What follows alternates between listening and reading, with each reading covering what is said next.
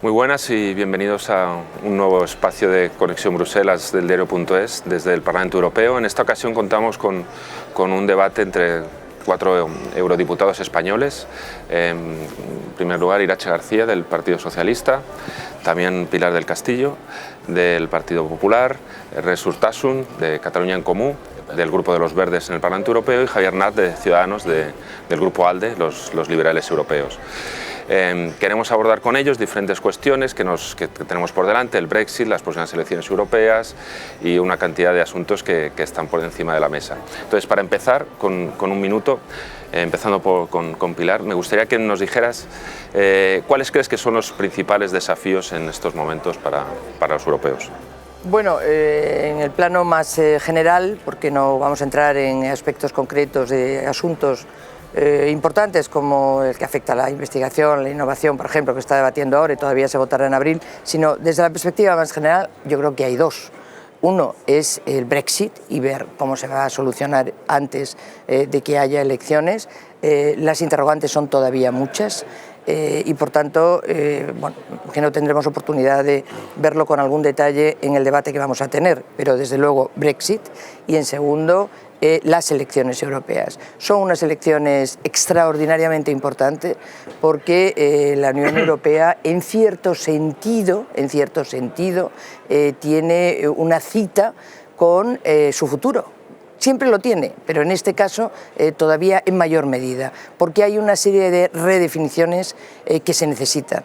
Hay que saber, es decir, para qué tenemos la Unión Europea en este mundo y en este momento de la historia, esta situación de globalidad y estos retos globales que necesitan respuestas globales.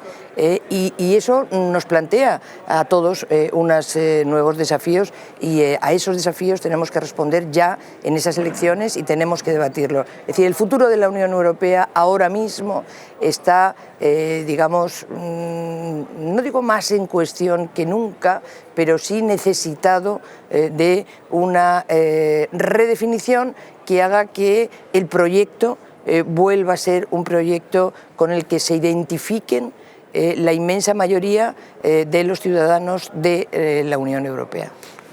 Iratxe.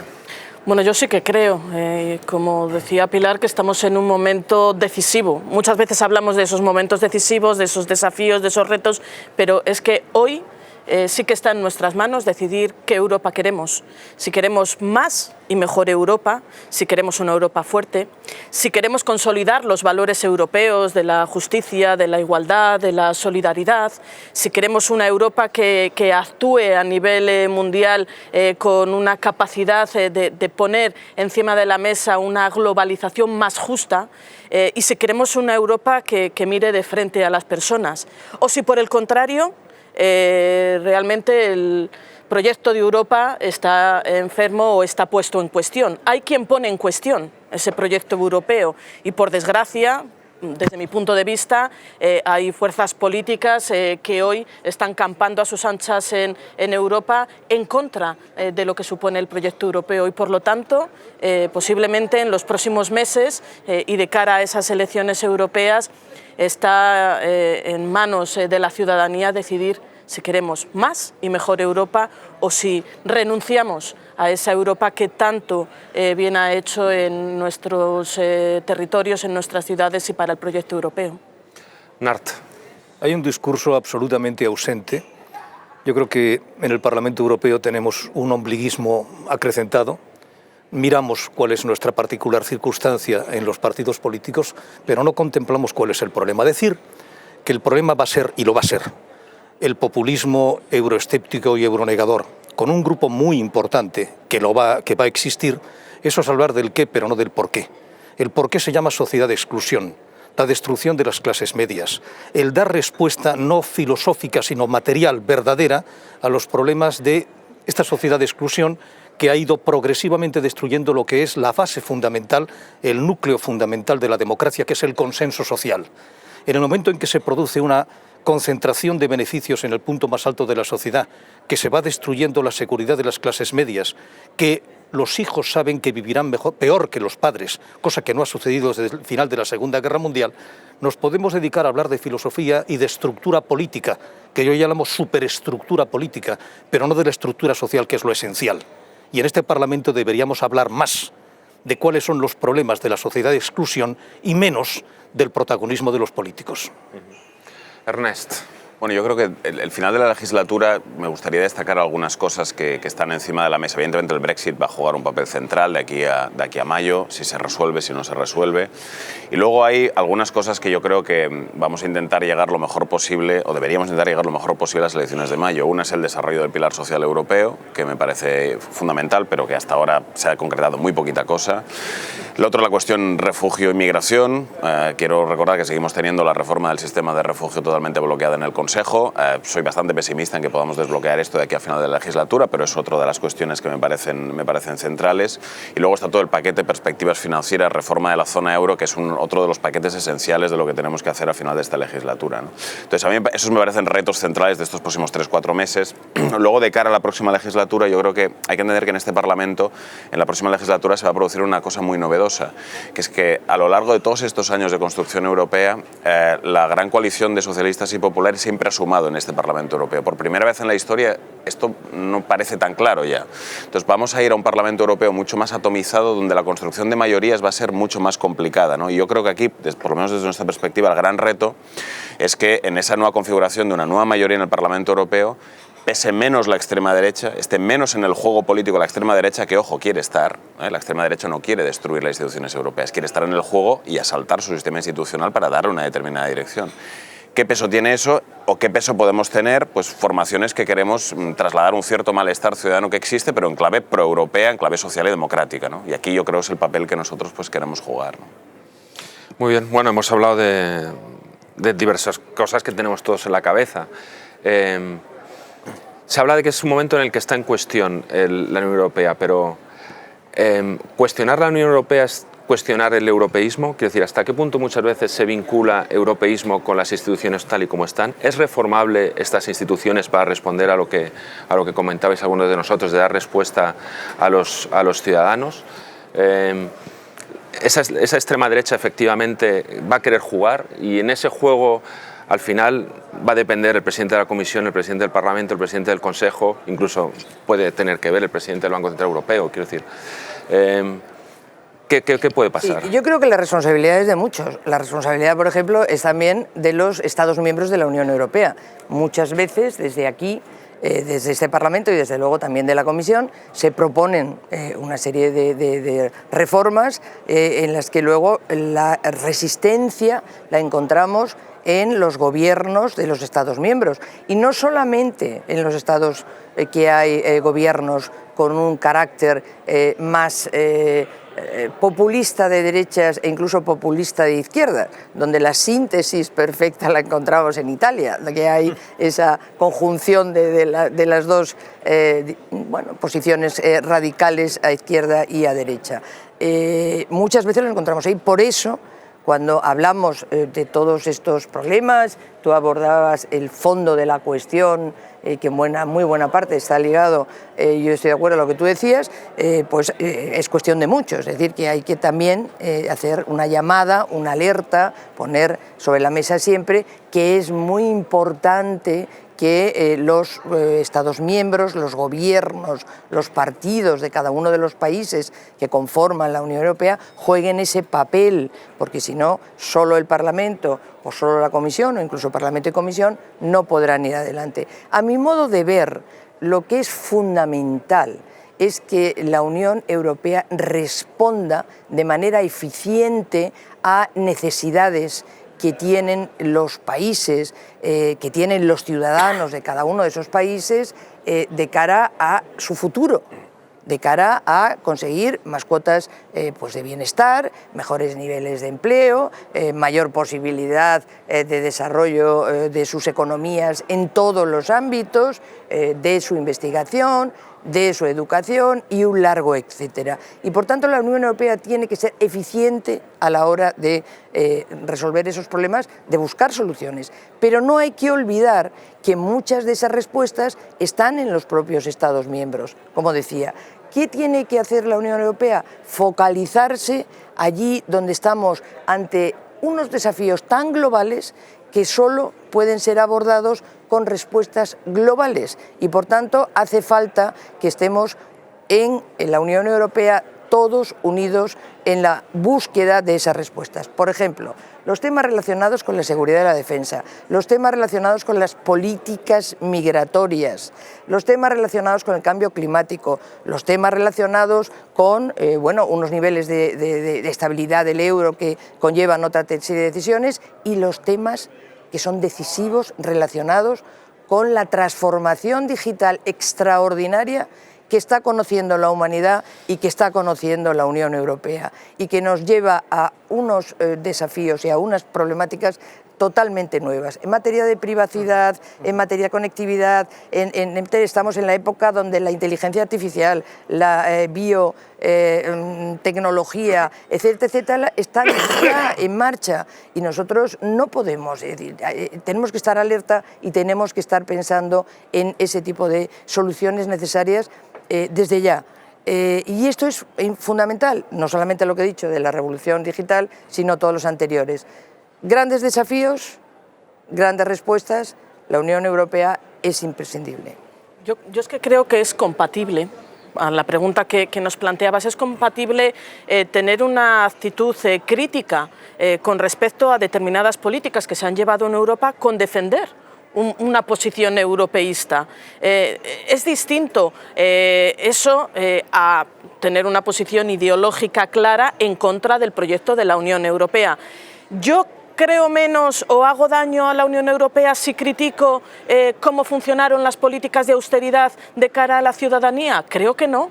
Lo que tenemos que hacer entender a la gente es que hay un espíritu crítico, que Europa a día de hoy no ha sido capaz de resolver todos los problemas de la ciudadanía, pero que solo dentro de Europa podremos ser capaces de responder y de resolver, y por lo tanto debemos de entender ese equilibrio, de hacer compatible una posición crítica al respecto de aquellas políticas que en Europa no han funcionado, o bien porque no ha habido una respuesta europea, o bien porque los gobiernos nacionales no han atendido, no han entendido que era necesaria una posición común, que también, como decía Pilar, ha ocurrido. A mí me duele mucho cuando escucho esa frase de la vergüenza de Europa al ver las muertes en el Mediterráneo, porque por supuesto que creo que Europa no ha sido capaz de responder ante el desafío de los refugiados y de la inmigración, pero también creo que hay que explicar a la gente que desde este Parlamento, incluso desde la Comisión Europea, se han puesto encima de la mesa propuestas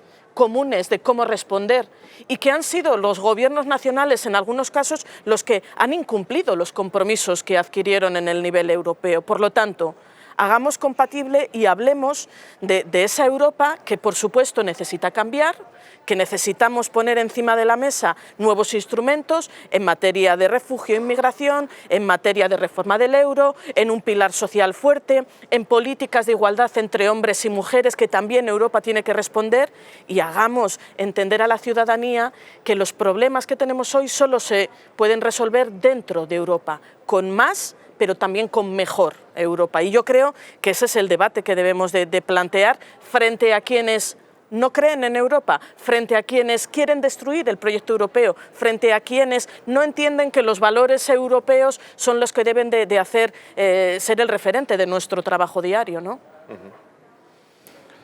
Bueno, yo creo que en el debate este sobre esto de si es reformable o no reformable la Unión Europea, bueno, yo soy partidario de ir a la raíz del debate y repensar determinados fundamentales de la Unión. Yo soy partidario de eso, y eso significa repensar cosas que están en el tratado. Yo creo que ese es un debate que se puede tener abiertamente, por ejemplo, en materia de gobernanza económica. El tratado de estabilidad que viene de Maastricht se ha demostrado totalmente ineficaz, y eso, toda esa parte habría que reformarla.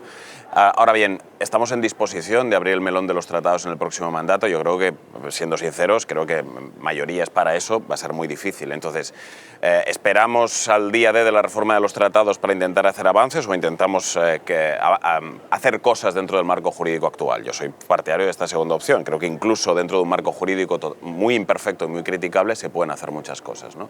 Y desde ese punto de vista va a ser esencial qué programa de trabajo dibujemos en el próximo mandato en materia, pues algunas que mencionaba al inicio, ¿no? Por ejemplo, en el pilar social europeo vamos a terminar con la creación de la Agencia del Trabajo, vamos a intentar que esa agencia combata nuevos fenómenos de precariedad laboral que existen en Europa, vamos a atajar la problemática de los trabajadores pobres también desde aquí. En materia de gobernanza económica podemos empezar a avanzar hacia un mecanismo de reaseguro de subsidio de desempleo europeo, hacia un seguro de depósitos europeo que nos permita mejorar el sistema financiero y controlar la especulación. Son cosas que se pueden hacer. Entonces, y creo, nosotros, nuestra responsabilidad, por lo menos yo vengo con ganas el próximo mandato a intentar avanzar en esta dirección. Entonces, ¿a mí qué me preocupa? ¿Qué mayoría se configura en el próximo Parlamento? ¿Y qué mayoría en la Comisión? Porque en función de qué mayoría tengamos en el Parlamento y qué comisión tengamos, avanzaremos hacia aquí o avanzaremos hacia otro tipo de agenda securitaria, de cierre de fronteras, de atizar la xenofobia, etcétera, etcétera, que es lo que quieren algunos. Entonces aquí la gran pregunta es, ¿en qué medida se le va a abrir o no la puerta al próximo grupo de la extrema derecha para que pueda incidir en el próximo plan de trabajo del próximo quinquenio aquí en Bruselas? Y tengo que decir, también viendo lo que pasa en Andalucía, que la derecha democrática en esto no es clara, porque Weber, en una entrevista que dio en El País, dejó entrever que, bueno, que Orbán y que compañía y Salvini formaban parte del paisaje que quizá habría que llegar a acuerdos con ellos. Entonces, esa es una de las grandes preguntas de esas elecciones. ¿Va o no la derecha democrática europea a abrirle la puerta a hacer acuerdos con la extrema derecha aquí o no? Y bueno, no sé si Pilar nos puede responderle esta pregunta aquí, pero va a ser una de las grandes preguntas que nos tendremos que hacer en el próximo mandato. Mira, si observamos lo que va a ocurrir en el próximo Parlamento Europeo, con independencia de una presencia importante de la derecha eurófoba y negadora de los valores europeos, va a haber una situación de una banqueta de tres patas, con una pata quizás un poco más importante, pero con las otras dos muy parejas, que significa el Grupo Liberal, que tendrá una nueva reformulación, el Grupo Popular y el Grupo Socialista. Y en ese sentido, el reto de la derecha eurófoba yo creo que es una extraordinaria noticia porque nos obliga a ser reactivos, a no ser simplemente contemplativos de lo que sucede. Es un poco como lo que ha ocurrido con el Brexit. De repente nos hemos dado cuenta que el populismo mentiroso, absolutamente demagógico, puede convertir un problema aparentemente inexistente, que es la salida de Gran Bretaña, en un problema muy importante, pero que simultáneamente nos marca para no permitir ciertas veleidades, vamos a decir, al grupo de Visegrado, al grupo de la Europa Oriental, que lo que quieren es tener la chequera de Europa, pero simultáneamente no participar en la solidaridad europea. Esta es una cuestión que yo creo que es importante. Las cuestiones que ha dicho Ernest, tú fíjate que son esenciales, pero que simultáneamente la ciudadanía española, francesa, italiana, belga, no las percibe. ¿Por qué? Tenemos una excesiva subjetivización de la política, o sea, la política consiste en un determinado postureo, me refiero públicamente, en el Congreso de Diputados en España o donde fuera en el Congreso italiano, de esta persona respecto a la otra. No hay ideas, hay planteamientos puramente subjetivos. ¿Por qué el Parlamento Europeo, la Unión Europea, que es el núcleo fundamental de las decisiones que son después implementadas en todos los países de la Unión Europea? O sea, el Parlamento Europeo y la Comisión es muchísimo más importante que el Gobierno de España, que el Congreso de Diputados o que el Gobierno de Francia o la Asamblea Nacional Francesa. Porque la mayoría de las decisiones grandes se toman acá y son después implementadas en cada uno de los países.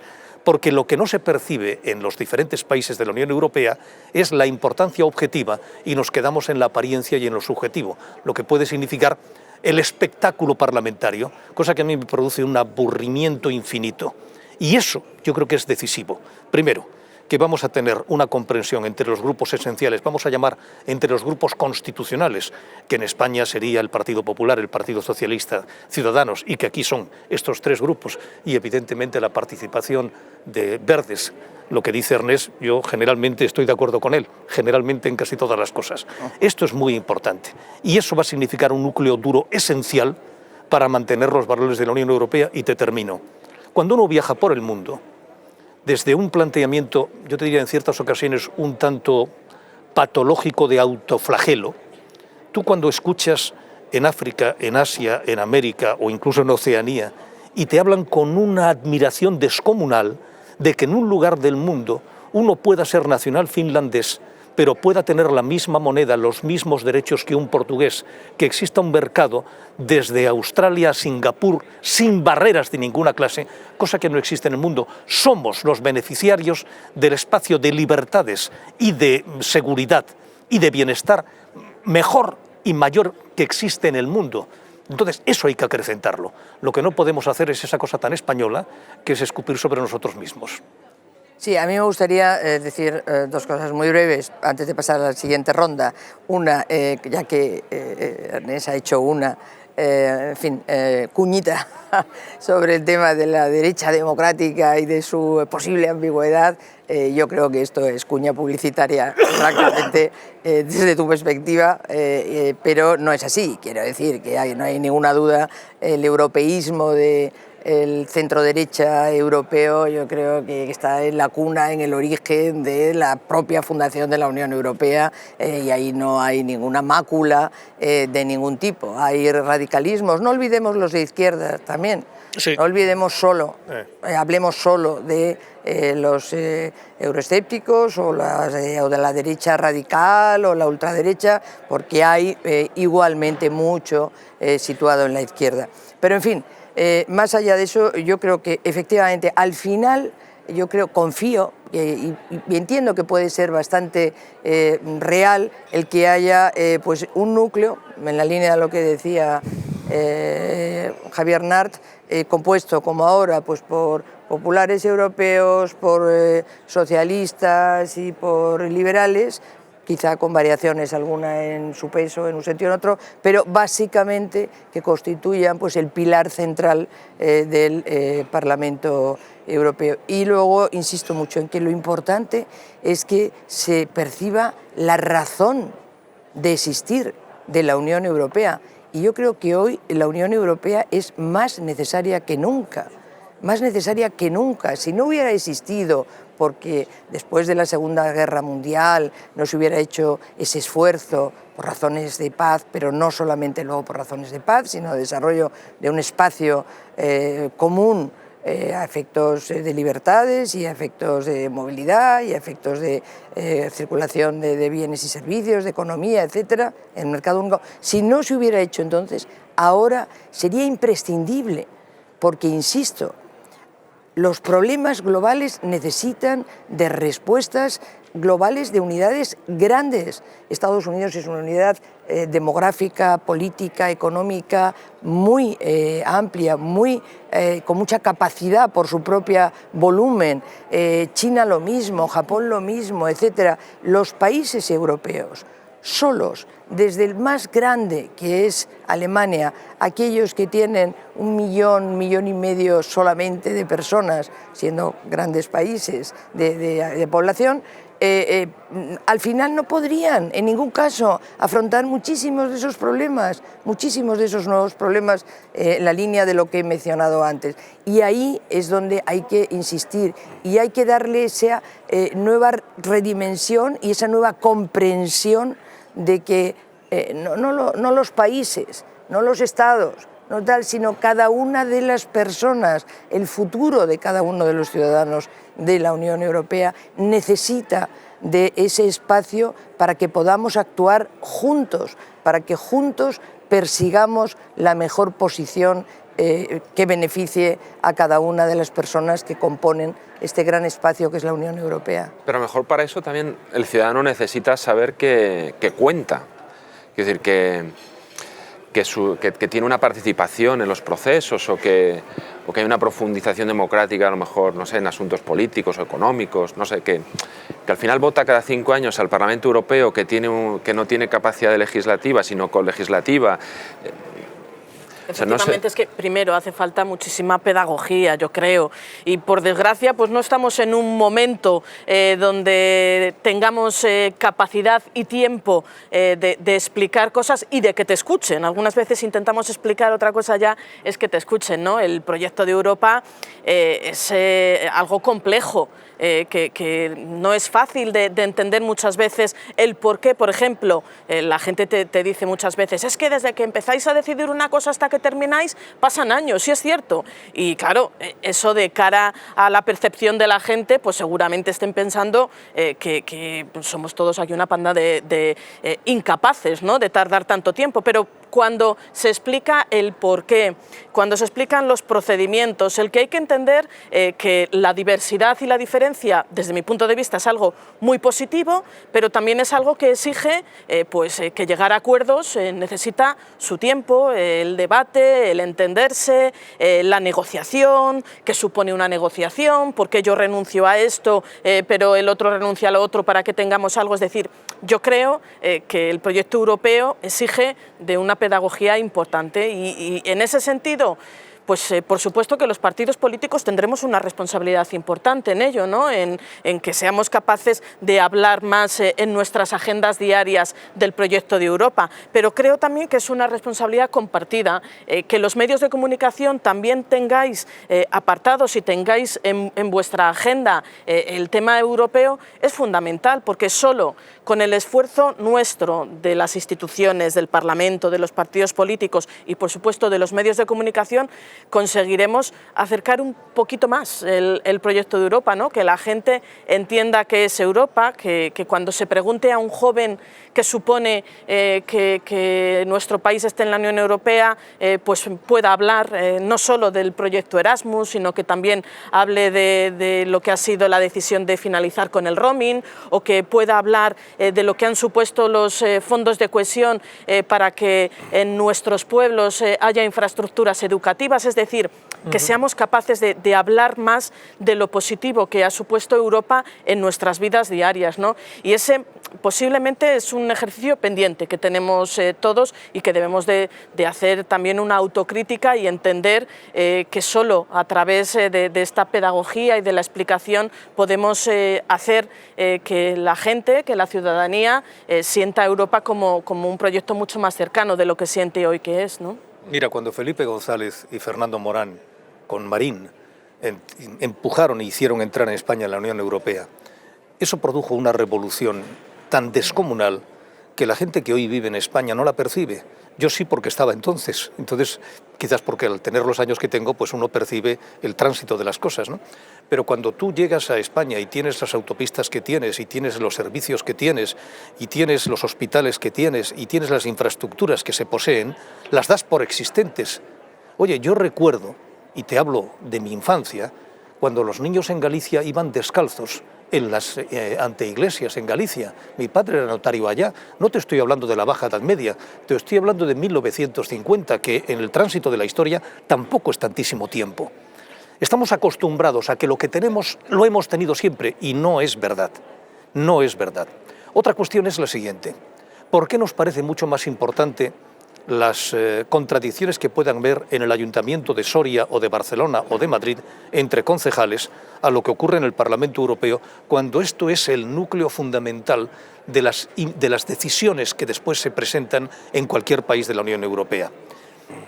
Nosotros tenemos alguna responsabilidad, seguro, pero claro, el tema es que lo que vende, lo que da noticia, es la bronca entre el concejal A y el concejal B, el diputado C y el diputado E, tanto autonómico como nacional.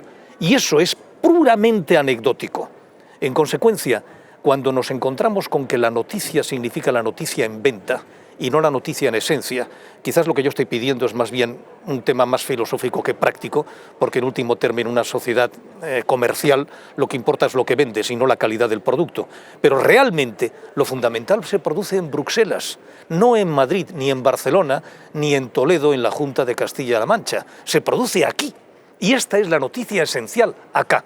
Entonces, valdría la pena que se tuviera un punto de sentido de determinar que Europa es tan trascendente que no puede ser dejada simplemente como una excrescencia distinta y distante en Bruselas, y que se perciba como algo muy lejano y muy remoto, porque es inmediato y fundamental. Es nuestro futuro y es nuestro bienestar, es nuestra paz. Nunca Europa ha tenido un espacio de paz desde el derrumbe del Imperio Romano como el que hemos tenido por la construcción de la Unión Europea. No ha habido conflictos internos en la Unión Europea. Si tú le decías a tu abuelo que iba a existir una unidad militar donde el comandante sería un polaco con soldados alemanes y franceses integrados, te diría que estabas loco. Pues esto hoy es normal. Lo increíble es normal y lo damos por existente siempre y no es cierto. Yo creo que sí. A ver, es verdad que hay una desafección del proyecto europeo contra la ciudadanía. Negar esto, incluso en las estadísticas, hizo el Instituto Elcano un estudio muy bien hecho sobre cómo había evolucionado el europeísmo en España. España sigue siendo una sociedad muy europeísta, pero los niveles han bajado y bastante. Hay que ser conscientes de ello, ¿no? Desde mi punto de vista, ¿cuál es la manera de recuperar un proyecto europeo en la cual la gente vuelva a creer y se ilusione? Yo creo que debemos ser capaces de sacar desde aquí iniciativas que le hablen a los problemas de la gente. Creo que no hemos sido capaces de hacer eso en los últimos años, ¿no? Y voy a hablar de cosas muy concretas, ¿no? Vamos a ver, de aquí al final de la legislatura, quizá, si todo termina bien, podremos sacar una nueva directiva sobre permisos de maternidad y paternidad que establecerá unos mínimos para toda la Unión Europea. Unos mínimos que a España no nos van a servir porque estamos mucho más avanzados, pero que en otros países de la Unión Europea sí van a servir. Bueno, eso le habla a la gente, y es una medida muy concreta que podemos impulsar desde aquí. Otra cuestión que no está a punto de aprobarse, pero que está en discusión, que la Unión Europea, frente a los desmanes que hace la banca en cada uno de los Estados miembros, tenga una directiva y un fondo que te garanticen los ahorros. Eso está en discusión en estos momentos en el Ecofin, tiene dificultades en estos momentos, el llamado EDIS, pero puede salir adelante. Bueno, usted, más allá de lo que haga su banca nacional y evidentemente, pues, visto lo que ha pasado en los últimos años, pues yo creo que es un tema central, la Unión Europea le va a garantizar los ahorros al pequeño ahorrador. Bueno, pues es una cosa que le habla a la gente. Y otra cosa que está en discusión, por ejemplo, que está bloqueada desde hace muchísimo tiempo, esto está más lejano, pero está escrito por mucha gente y la Comisión ha hecho papeles al respecto. Si usted es un desempleado de larga duración, como hay muchos en España, y su Estado miembro ya no puede pagarle un subsidio de desempleo porque no puede, como ha pasado en España, donde el 50% de los parados llegaron a no tener subsidio de desempleo, estuvieron absolutamente dejados de la mano de Dios, la Unión Europea tendrá un reaseguro de desempleo para que usted no se quede tirado. Bueno, eso se está discutiendo, hay que crear un modelo de este tipo. Entonces, este tipo de cosas hacen europeísmo, le hablan a la gente, le hablan a sus problemas cotidianos, ¿no? Y a mí me gustaría ver una legislatura próxima en Bruselas, en el Parlamento Europeo, dedicados a fondo sobre estas cuestiones, ¿no? Porque en Europa hay mucho sufrimiento social, en la poscrisis está siendo durísima para mucha gente, tenemos fenómenos nuevos como el de los trabajadores pobres, gente que trabaja 8 o 10 horas al día y no sale de la pobreza, que son tremendos, y si queremos que el proyecto europeo tenga sentido para la gente, tenemos que estar en estas cosas muy concretas que le hablan a la gente. Sí, bueno, yo en ese sentido quería decir una cosa. No olvidemos lo que se ha hecho en esta legislatura, porque parece que partimos de cero para la siguiente y que hay que hacer, en fin, muchas de estas cuestiones que tú has planteado y que algunos otros han señalado, yo misma, y no hablamos de todo lo que se ha hecho. En esas elecciones tenemos que hablar, y, en fin, desde ya, de todo lo que se ha hecho, que ha sido muchísimo. Y que tiene que ver con cosas que afectan a las personas y son absolutamente tangibles. Por poner un campo de desarrollo, todo el tema del desarrollo digital, todo el tema de las comunicaciones. Por ejemplo, no tenemos cargas de roaming. Los costes que teníamos cuando una persona salía de su país porque quería pasar unas vacaciones fuera, dentro de la Unión Europea, o porque iba a trabajar, o por cualquier otra razón, no podía, si no era con un sobrecoste importante, acceder a Internet y consumir datos o llamar por teléfono, sobre todo el uso de los datos. Todo eso son consecuencias muy prácticas, o todo el comercio electrónico, o la protección de los datos digitales, todos los datos que se utilizan en el desarrollo del uso de las distintas formas de comunicarse o de comerciar en Internet o de cualquier otro aspecto que implique que tus datos están en Internet. Es decir, todas estas cuestiones y otras muchas se han hecho. Ahora mismo está pendiente también que el programa de investigación europeo, que es el programa más importante después del de la política agraria común, es un programa de alrededor de 100.000 millones de euros. Lo vamos a poder aprobar esta legislatura en el pleno de abril. Ahora se inician ya las negociaciones con el Consejo y esto es fundamental para la investigación en Europa, para la innovación, para todos los centros universitarios y no universitarios de investigación, para todas las empresas que invierten en investigación, desde las más pequeñas hasta las más grandes. Es decir, ha habido muchas cosas, porque claro, da la impresión un poco, y sé que no es evidentemente vuestra visión, pero no querría que termináramos con la impresión de que empezamos de nuevo en las próximas elecciones europeas. Hay muchísimas cosas que se ha hecho y realmente estaríamos muy equivocados si no insistimos en todo lo que se ha hecho y, por tanto, en todos los beneficios muy específicos que tiene para cada una de las personas las decisiones que se han tomado. Esto es importante. Bueno, ya estamos terminando. Os pido solo un minutito de cierre para cada uno. Si quieres, empezamos contigo, Javier.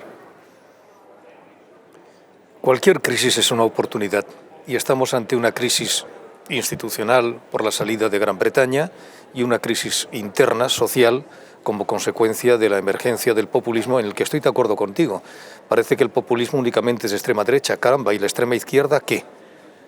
Porque cuando estás en el Parlamento Europeo y miras hacia un lado y ves el GUE y miras hacia el otro y ves a Le Pen, parecen los espejos. Aquella obra, no sé si de Jardiel Poncela o de Muñoz Seca, los extremeños se tocan. Bueno, pues caramba, es que estás viendo espejos por los dos lados. Por lo tanto, el populismo es un populismo con una moneda que es la misma moneda con dos caras, primera de las cuestiones. Y eso es importante, el que tengamos la comprensión de que Europa hay que defenderla para mejorarla, absolutamente. Segundo, que todos los elementos que acaba de decir Ernest, que son fundamentales, absolutamente fundamentales, que afectan decisivamente la vida de cada europeo, es consecuencia de decisiones de las instituciones europeas. Aquí no nos dedicamos a la metafísica ni a la alta política absolutamente en las nubes, sino a cosas tan concretas que afectan el que una persona, si queda en paro, pueda tener, como se está discutiendo, una asignación de contribución al paro, de seguro de paro de la Unión Europea, los seguros también respecto a los depósitos bancarios, todo lo que se ha comentado, que son cosas extraordinariamente concretas, pero que parece como si no nacen de Europa, nacen de aquí. El espacio se crea acá y este espacio es decisivo y fundamental y hay que defenderlo y acrecentarlo y hay en consecuencia que aprovechar la situación de crisis en la que estamos para crear una Unión Europea más profunda y más eficaz. Ernest.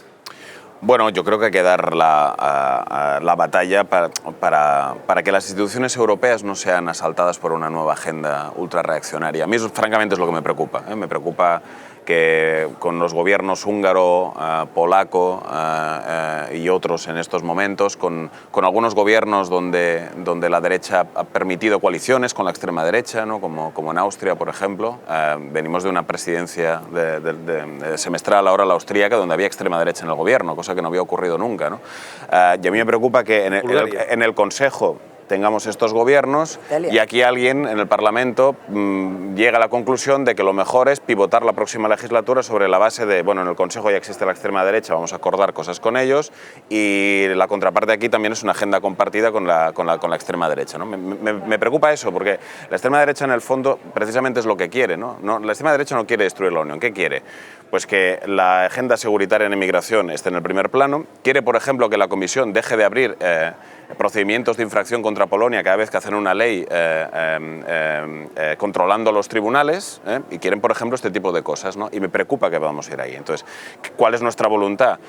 Tener un grupo y una fuerza suficientemente grande aquí para empujar hacia una mayoría que sea progresista, de izquierdas, ecologista, etcétera, etcétera, ¿no? Yo creo que esa es la voluntad con la que vamos a estas elecciones europeas, ¿no? Y creo que es un momento muy, muy importante, ¿no? Pilar. Yo lo primero que tengo que decir es que ante la pasión que le produce y el fervor que manifiesta Ernest cuando habla de la extrema derecha, hay que ser un poquito equilibrados y hablar de la extrema derecha y la extrema izquierda, porque al final estamos hablando, como tú bien has dicho, de dos espejos que se encuentran cuando estás en el Parlamento Europeo, en la sede del hemiciclo sentada, pues lo ves. Y entonces, por tanto, yo creo que ahí hay que tener un poquito de equilibrio y tratar los temas con en fin, la serenidad que requiere a partir del equilibrio.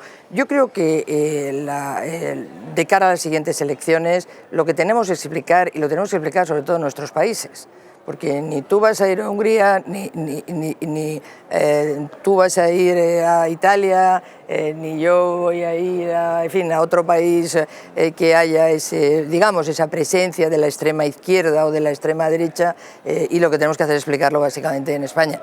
es decir, donde al final nosotros tenemos que operar, porque no olvidemos que aunque son unas elecciones europeas, realmente son unas elecciones que tienen lugar en los países, en cada uno de los países que componen la Unión Europea.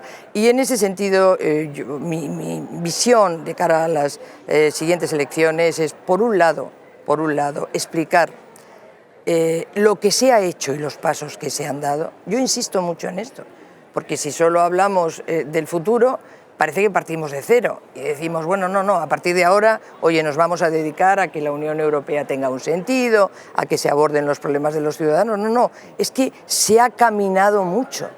Quizás se conoce poco, pero se ha caminado mucho en muchos aspectos. Y eso hay que hacerlo conocer y hay que hacerlo saber. Y en segundo lugar, insistir en que la Unión Europea es absolutamente imprescindible, que la Unión Europea de su existencia o no, de que sepamos realmente tener un ámbito que resuelva y que contribuya a resolver problemas que por su naturaleza hay que tratarlos en ese nivel y que no pueden ser resueltos en el ámbito de un Estado, en el ámbito de una comunidad regional o en el ámbito de un ayuntamiento, una comunidad municipal. Esos problemas hacen que la Unión Europea sea más necesaria que nunca hoy, porque todo el mundo sabe y todo el mundo ve que hasta qué punto vivimos ahora mismo en un mundo global. Y por tanto tenemos que resolver esos grandes problemas juntos. Contar lo que se ha hecho y pensar en el futuro, teniendo, y yo espero que así sea, un núcleo sensato, un núcleo estable, que esté compuesto por aquellas fuerzas que realmente ven esa necesidad y que están decididas una vez más a hacer que la Unión Europea sirva de una manera nítida, de una manera tangible.